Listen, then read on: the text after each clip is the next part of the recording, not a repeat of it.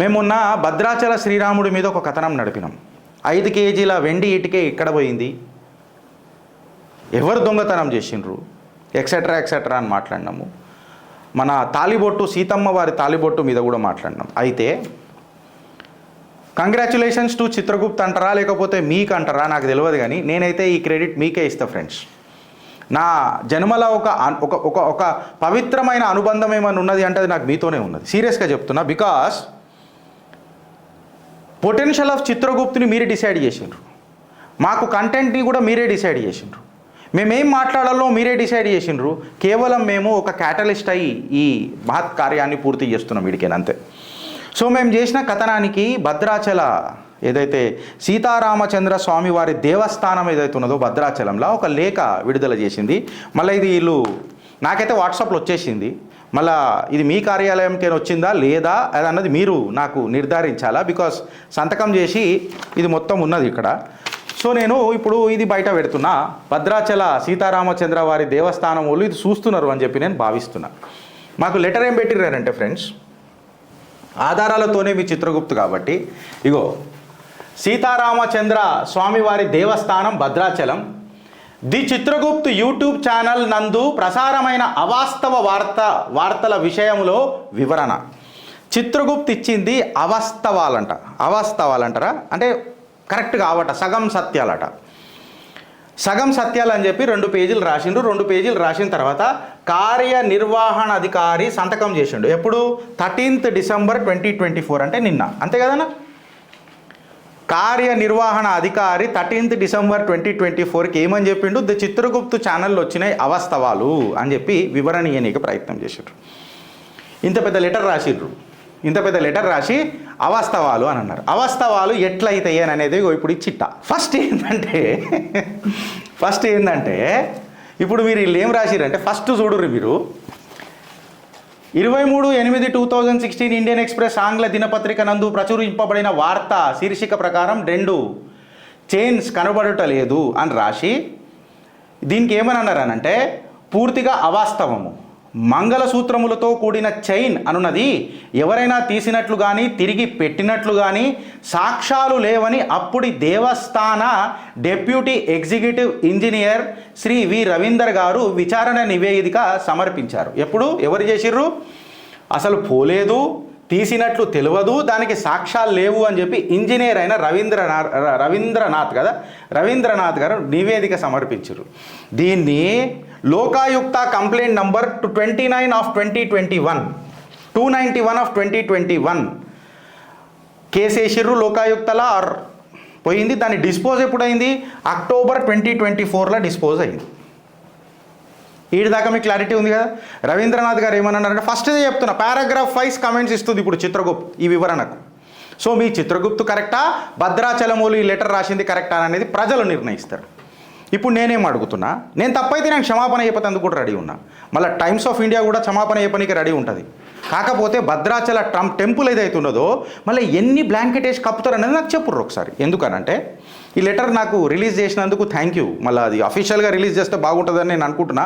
నాకైతే నా వాట్సాప్లో వచ్చింది. అయితే రవీంద్రనాథ్ గారు ఇచ్చిన దాంట్లో వాస్తవాలు ఎంత, అసలు పోయిందా లేదా, సాక్ష్యాలు లేవు.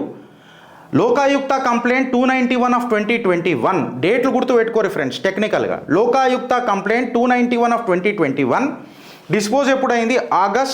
అక్టోబర్ 2024. దరిద్రం దండయాత్ర చేసుడు ఏంది తెలుసా? భద్రాచల ట్రస్ట్ బోర్డుకి నేను చెప్తున్నా, దరిద్రం దండయాత్ర చేసుడు అని అంటే ఇక మీరు ఎక్కడ తలకాయ పెట్టుకుంటారో పెట్టుకోరు మీరు. ఎందుకు చెప్పాలా? ఇగో ఈడ చూడు, ఇదే లెటర్లా మీరు ఈడ రాసిరు. ఏడాది ఇగో ఈ ఏరియాలో ఈ సెకండ్ పారాగ్రాఫ్లో ఒక లెటర్ రాసిరు. నేను దాన్ని స్క్రీన్ షాట్ పెట్టిన ప్రజల కోసం. ఈడ పెట్టిన, ఏందబ్బా ఇది, ఇగోడ పెట్టిన. మీరేమో ఈ కేసులో అవాస్తవాలు సాక్ష్యాలు లేవంటారు. మళ్ళీ 2009 నుంచి డిసెంబర్ 2023 వరకు 2009 సంవత్సరం నుండి ఎటువంటి బంగారము వెండి వస్తువులు తనిఖీ నిర్వహించబడనందున పలుమార్లు జేవీఓ వారిని అప్రైజ్మెంట్ డెప్యూటీ చేయవలసినదిగా శ్రీయుత కమిషనర్ వారిని కోరుట జరిగినది. అట్టి అభ్యర్థన మేరకు డిసెంబర్ 2023 నుండి జూలై 2024 వరకు శ్రీమతి అంజనాదేవి వెరిఫికేషన్ ఆఫీసర్ వారు 5 పర్యాయముల వచ్చి తనిఖీ నిర్వహించారు. అంటే సుమారు 16 సంవత్సరాలు ఏ ఆడిట్ జరగలే, ఏ తనిఖీ జరగలే. ఏ తనిఖీ జరగనప్పుడు రవీంద్రనాథ్ గారికి ఎట్లా తెలిసిందండి ఇవి ఉన్నాయి ఇవి పోయినాయి అని? 16 సంవత్సరాల పాటు. అంటే ఏది బేస్ చేసుకొని మీరు మాట్లాడతారండి?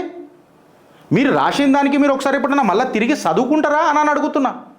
ఏమన్నా కామన్ సెన్స్ ఉందా అని అడుగుతున్నా. ప్రభుత్వ ఉద్యోగుల లెక్క మీరు ఇంకా చెలామణి అయ్యే మీకు తత్వం ఉందా అని అంటున్నా. మీరు రాజీనామా చెయ్యాలనా లేకపోతే ఆ పదవులలో ఉండాలనా అని తెలంగాణ ప్రజలను వాళ్ళ విజ్ఞప్తికే ఇచ్చిపెడుతున్నాయి. ఆలోచించాల్సిందిగా కోరుతున్నా. 16 సంవత్సరాలు. ఇది ఎప్పుడు జరిగింది? 2021లో కేసు వేసుకున్నారు వీళ్ళు. 2021లో ఆడిట్ ఎప్పుడు చేసారు? 2023లో. మళ్ళీ ఉన్నాయా పోయినాయా ఏ బేస్ మీద మీరు చెప్తున్నారు? సాక్ష్యాలు ఏవి? దీనికి ఎవడైనా వివరణ ఇస్తాడా? రామయ్య ఆనాటికేనయ్యా నీ నగల మీద ఇదే లొల్లయ్యా. సాక్షాత్తు మీరే రావాలయ్యా. ఎందుకంటే బటేంగేతో కటేంగే దరిద్రం దండయాత్ర ఏంది తెలుసా? దరిద్రం ఏంది తెలుసా? హిందూ దేవాలయాలను దోసుకుదొబ్బుతున్నారు. ప్రాబ్లం నాది ఆడ. నేను ఎవడికి చెప్పుకోవాలా? సరే మనమేమన్నా మన బ్యాచ్లు ఉంటారు ఇక్కడ, ఓ పెద్ద పీకుడు బ్యాచ్లు ఉంటాయి మనకిడ. ఆ బ్యాచ్లన్నీ ఏమైనా పోరాడుతున్నాయా దీని మీద? లే కాదు. ఇప్పుడు ఇలా రాష్ట్ర లెటర్లోనే నేను ఇన్ని తప్పులు తీస్తున్నా. ఇది ఫస్ట్ తప్పు. 16 సంవత్సరాల తర్వాత ఆడిట్ జరిగింది. చూడురు మీరు, ఇక వాళ్ళే రాసిరు. మళ్ళీ ఇది నేను రాసింది కాదు, తర్వాత చూడుండ్రి. తర్వాత ఏందనంటే ఇంకొకటి చూడుర్రి ఫ్రెండ్స్, ఈడేముంటుంది, ఈడేమంటారు చూడుండ్రి మీరు. సెకండ్ పారాగ్రాఫ్లో నాకు ఏమని రాస్తారు వీళ్ళు. ఎస్, సదరు జేఈఓ వారు బంగారము వెండి ఆభరణాల వస్తువులు పరిశీలించిన సందర్భములో గోల్డ్ బాండ్గా చేయబడిన బంగారము 9 కేజీలు ఎక్సెట్రా వివరములు నిరుపయోగంగా ఉన్న వెండి వస్తువులను కరిగించి వెండి బార్స్ బ్రిక్ 7 బ్రిక్లను తయారు చేసిర్రు. ఎవరు చేసిర్రు? జేఈఓ. మళ్ళీ ఒకసారి టెక్నికల్గా చూడుర్రి. ఎవరు చేసిర్రు? కరిగించిర్రు ఎవరు? జేఈఓ. నాకు వాట్సాప్ పెట్టినప్పుడు ఇన్ని పేజీలు వచ్చినాయి, 7 పేజెస్ వచ్చినాయి ఫ్రెండ్స్. 1 2 3 ఇది 4 ఇది 5 6 7. అయితే 7th page, 6th and 7th page నేను గౌరవనీయులైన భద్రాచల ట్రస్ట్ బోర్డులకు చేతులు జోడించి సద్వినయంగా రెస్పెక్ట్తో మీతో కోరుకుంటున్నా. 6th and 7th ఒకసారి చదువుర్రి. ఎందుకు తెలుసా? మీరేమనన్నారు? బంగారం వెండి ఆభరణ వస్తువులు పరిశీలించిన సందర్భంలో గోల్డ్ బాండ్స్ చేయబడిన బంగారము నిరుపయోగంగా ఉన్న వెండి వస్తువులను కరిగించి వెండి బార్స్ చేసినాము. కరిగించి ఎవరు చేసిర్రు? జేఈఓ. ఇదేంది నాకు పంపించింది ఏంది? Jewels or other valuables and document maintenance act 1987 మీరు పంపించిందే, మీరు రాసిందే. Jewels or other valuables and documents maintenance rules 1987. దీని ప్రకారం రూల్ 9 ఏం చెప్తున్నది? ఇగో ఈ రూల్ 9, A trustee executive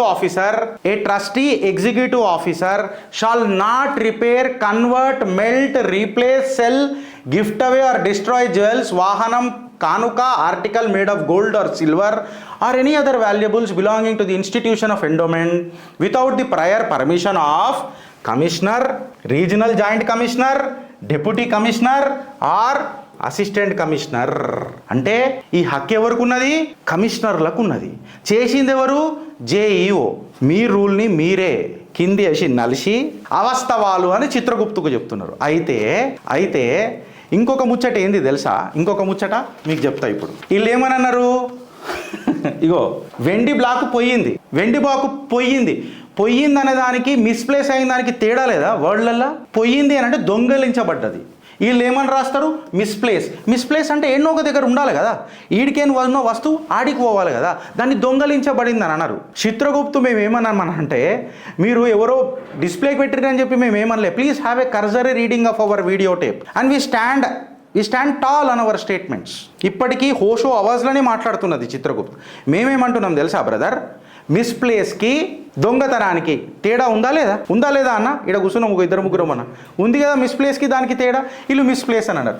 మళ్ళీ మిస్ప్లేసే అని అంటే మీ లెక్క ప్రకారము మిస్ప్లేసే అని అంటే మిస్ప్లేస్ కాబడిన వెండి ఇటుక విషయంలోనో బాధ్యతులైన వారిని నుండి 8,21,867 రూపాయలు ఇదేంది miscellaneous receipt number 57586 10th October 2024 ద్వారా రికవరీ చేసిన సొమ్ము అని చెప్తున్నారు. మిస్ప్లేస్ అయిన దానికి రికవరీ ఎట్లా చేస్తారన్న? ఈ మిస్ప్లేస్ అంటే ఏంది? ఈడున్న వస్తువు గాడికి పోయింది, గాడ పోయింది, ఈ కబోర్డులు ఉండాల్సింది వేరే కబోర్డులు ఉన్నది, దానికి ఫైన్ వేస్తామా? 8 లక్షల ఫైన్ వేస్తామా? వీళ్ళు యాక్సెప్ట్ చేసిరా లేదా? ఇటుకే పోయిందనండి. ఎందుకు చెప్పాలా?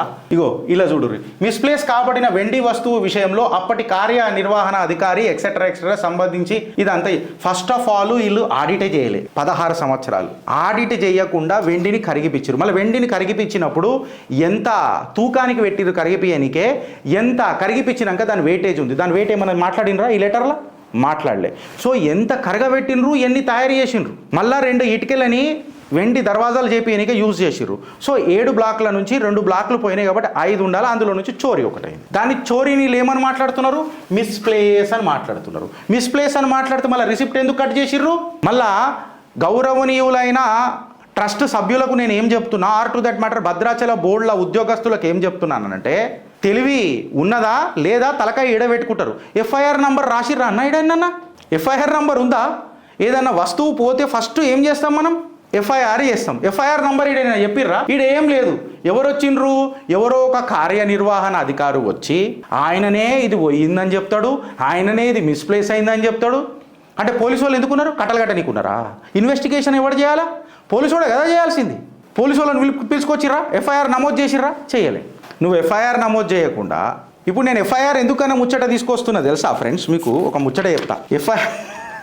ఎఫ్ఐఆర్ అనేది ఎందుకు తీసుకొస్తున్నానంటే, నగలకు ఇన్సూరెన్స్ ఉంటుంది.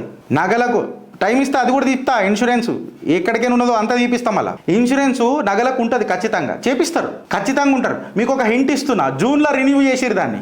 జూన్లో రిన్యూ చేసిరు. నా దగ్గర డేటాలు ఉన్నాయి, డేటా పెట్టుకునే మాట్లాడతాను నేను. మీరు దాన్ని జూన్లో రిన్యూ చేసిరు. మళ్ళీ ఎఫ్ఐఆర్ చేసి పోలీసు వాళ్ళకి కంప్లైంట్ ఇస్తే ఆ ఎఫ్ఐఆర్ లాడ్జ్ అయినందుకు ఇన్సూరెన్స్లో పైసలు రాకపోతుండేనా? నువ్వు ఏ బేస్ మీద 8,21,000 రూపాయల ఫైన్ వేసినావు? ఏ బేస్ ఏంది? అండర్ వాట్ గ్రౌండ్స్ వేసినావు? సరే వేసినావు అని అనుకుందాం. ఎంత వెండి ఉండే, ఎంత పోయింది, ఏమైంది, దానికి ఏమన్నా? ఇంకొకటి నేను ఏం చెప్తున్నానంటే, నేను రాజ్యాంగమే మాట్లాడుతున్నా. మీరు ఏమని అన్నారు? 8 లక్షల రూపాయలు ఈ రిసిప్ట్ నంబర్తోని వసూలు చేసినామని అంటున్నారు. మళ్ళీ దాని తాలూకా యూటీఐ నంబర్ ఏంది, ఏమంటారు దాని ఎన్ఈఎఫ్టీ నంబర్ ఏంది, ఆన్లైన్ ట్రాన్సాక్షన్ నంబర్ ఏంది? ఎందుకు అడుగుతున్నానంటే, according to 269 SS income tax act ప్రకారము ఏదైనా వాల్యూ 20,000 దాటింది అని అంటే దాన్ని ఖచ్చితంగా డిజిటల్ రూపంలోనే చెల్లించాలి. ఇది కాదా? ఇది వాస్తవం కాదా? నేను ఇడికే ఆపిన. మళ్ళా రాష్ట్రీయ వానరసేన 917 ఎకరాల భూమిని కోట్ల కేసేసి భద్రాచల శ్రీరామచంద్ర వారికి అప్పచెప్పింది. మళ్ళా ఆంధ్ర ప్రభుత్వం నుంచి ఈ భూములు కాపాడుకునే ప్రక్రియ, చర్య, చేతలు, చిత్తశుద్ధి మీకు ఉన్నదా? ఇంకా నేను అడిగి దిగుతా తర్వాత. ఇది ముట్టుకుంటేనే గిన్ని తప్పులండి. కరెక్టా? మీరు రాష్ట్ర లెటరే. మీరు ఇండియన్ ఎక్స్ప్రెస్ కథనాలు వాస్తవాలు కాదంటారు, చిత్రగుప్తుని వాస్తవాలు కాదంటారు, మీరు చెప్పి సత్యహరిశ్చంద్రుడు మునిమన్మల్ని అంటారు. ఇవన్నిటికీ మాట్లాడతారు. నేను అదంతా అయిన తర్వాత ఒక ఒపీనియన్ కూడా తీసుకున్నా, కొంతమందితో మీ లెటర్ పంపి. దాని తర్వాత ఇప్పుడు ఏందనంటే, చిత్రగుప్తు చెప్పింది అవాస్తవం అని చెప్పి నువ్వు అంటున్నావు కదా, ఇటుకే పోయిందని అయితే నువ్వు యాక్సెప్ట్ చేసినావు కదా, ఇటుకే పోయింది అని అంటే మాది అవాస్తవం ఎట్లయితుంది? అంటే చిత్రగుప్తు చెప్పింది అబ్సల్యూట్ నిజం. దొంగతనం జరిగింది. నువ్వు కప్పిపుచ్చుకొని బ్లాంకెట్ కప్పుకొని చేసే చర్యలల్లా పట్టుడు పోయినావు. ఇది వాస్తవమా కాదా? 2016 ఇండియన్ ఎక్స్ప్రెస్ కథనము, నగలు పోలేదు మేము చేసినామంటే నువ్వు 16 సంవత్సరాలు ఆడిట్ చేయకుండా 2016 కేసు పెట్టి 2016 కేసులో ఆల్రెడీ ఈఓ ఎవరైతే ఉన్నారో దాన్ని నిర్ధారించేసిండ్రు, సాక్ష్యాలు లేవు, లోకాయుక్త కంప్లైంట్ కొట్టేసారు. 2021లో ఇవన్నీ మళ్ళీ సపరేషన్ ఆఫ్ ఫ్యాక్ట్స్ కింద 16 ఇయర్స్ నుంచి మీరు ఆడిట్ చేయకుండా మళ్ళీ కోర్టులకు మీరు అప్పుడు ఏం సబ్మిట్ చేసారో నేను అవన్నీ బయటికి దౌతా. సో అది ఇప్పుడు ఆల్రెడీ డిస్పోజ్ అయింది అన్నారు కాబట్టి నేను అది చదవలే కాబట్టి చెప్తలేను. బట్ నేను అందులో ఖచ్చితంగా గెలుకుడు మొదలెడతా. ఎందుకంటే 16 సంవత్సరాలు మీరే రాసింది ఈ లెటర్లో మీరే రాసిరు. సో 2006 ఘటన తీసుకొని వచ్చి ఇప్పుడు ఏదైతే మీరు మాట్లాడుతారు కదా, అది కంప్లీట్గా ఒక డైవర్జన్ టాక్టిక్స్ తప్ప నిజమా అబద్ధమా నాకు చెప్పుండ్రి, టెక్నికల్గానే మాట్లాడుకుందాం. మళ్ళా స్వామివారి ఎండిహిటిక దొంగతనం అనేది జరిగింది పోలీస్ స్టేషన్లో ఒక్క ఎఫ్ఐఆర్ పెట్ట చేతగాలేదా ప్రభుత్వ ఉద్యోగులకు? ఏం ఉద్యోగం చేస్తుర్రా పోయి నాకు అర్థం కాదు. మీరంతా భజన ఎత్తున్నారు, రాములవారి తిండి తిండి కూడా భజన ఎత్తున్నారు. మీరు ఆడ 16 సంవత్సరాలు ఆడిట్ చేసే చేత కాదు, ఏమేం వస్తువులు ఏమున్నాయో మీకు తెలియకపాయే. ఆడ 2-3 తాళాలు వేస్తారు మీరు ఇచ్చిన ప్రకారమే. 1988 యాక్ట్ ప్రకారం 2 తాళాలు ఉంటుంది, ఒకటి ఈఓ దగ్గర ఉంటుంది, ఒకటి అక్కడ ఉంటుంది, రిజిస్టర్లు ఎంట్రీ కావాలా, అవన్నీ కావాలా. అవన్నీ ఫాలో కాకుండా సాక్ష్యాలు లేవు. ఎవడు చేస్తాడు మళ్ళీ ఈ ఎంక్వైరీ అంతా? ఈఓలే చేస్తారు, ఎండోమెంటే చేస్తుంది, పోలీసు వాళ్ళని కూడా రానియరు. దీన్ని ఎట్లా నిర్ధారించిండ్రు?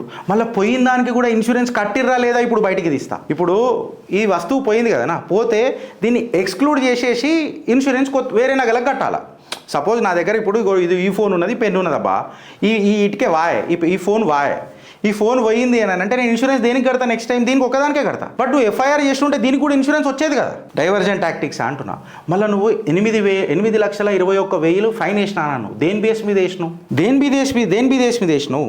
డిజిటైజేషన్ మొత్తం నువ్వు 2024లో చేసినానన్నావు. అంటే ఇన్ని రోజులు వరల్డ్ మొత్తం డిజిటైజ్ అవుతుంటే మాత్రం దేవాదాయ శాఖ మాత్రము దాసులై మంచిగా కమ్మగా పుల్లగా స్వామివారి నైవేద్యం తినుకుంటా బుర్రలు వెంచకుండా సనాతన ధర్మాన్ని ఎవడన్నా లూటీ చేస్తున్నాడు అని అంటే ఆడు హిందువుని కోస్తున్నాడా లేదా? ఫ్రెండ్స్ ఇప్పుడు నాకు ఒక మాట చెప్పు. మేము మాట్లాడిన మాటలు అవాస్తవాలు అయితే నేను డిబేట్కి రెడీ, నేను క్షమాపణ చెప్పనీకి కూడా రెడీ. బట్ మీకు ధైర్య సాహసాలు ఉన్నాయా? చిత్రగుప్త అడిగిన ప్రశ్నలకు చెప్పే సమాధానం మీ దగ్గర ఉన్నదా? ఫ్రెండ్స్ మేమేమన్నా తప్పు మాట్లాడుంటే మమ్మల్ని ఉత్కారేసేయండి. బట్ మేము ఆధారాలతోనే మీ దగ్గరికి వచ్చినాం. ప్రతిసారి మన ధర్మాన్ని మనమే కాపాడుకోవాలి ఫ్రెండ్స్. ఇగో ఇసుంటోళ్ళు అందరూ చెత్త తయారైంది మొత్తం మన దగ్గర. ఈ లెటర్ నాకు రావడం నిజంగా నా అదృష్టం లెక్క భావిస్తున్నా. నిజంగా అగర్ కూడా ఈ ఈఓ గారే ఈ లెటర్ గిట్ట రాసి పంపిస్తే నాకు నిజంగా ఆనందంగా ఉంది. అట్లీస్ట్ ఆమె మొత్తము ఇక్కడ జరుగుతున్న అంధకారంలో జరుగుతున్న పరిస్థితిని మొత్తం క్లియర్ కట్గా మనకు ఈ లెటర్ ద్వారా చెప్పింది. నేను ఆమెకు ధన్యవాదాలు తెలియజేస్తున్నాను రామాదేవి గారికి. మళ్ళీ వాస్తవాలు ఏంది అని అనేది ఇలా ఎండోమెంట్ డిపార్ట్మెంట్ చెప్పాలా. ఇన్ని అవాస్తవాలు పెట్టుకొని చిత్రగుప్త అవాస్తవాలు అని అంటారా మీరు? బిడ్డ జిగర్లా దమ్ముండాలా చిత్రగుప్తుని కౌంటర్ చేయాలనంటే? కరెక్టా కాదా ఫ్రెండ్స్? మీ కామెంట్ రూపంలో చెప్పుర్రి. ఆలోచిస్తారా లేక అనుభవిస్తారా? భారత్ మాతాకి జై.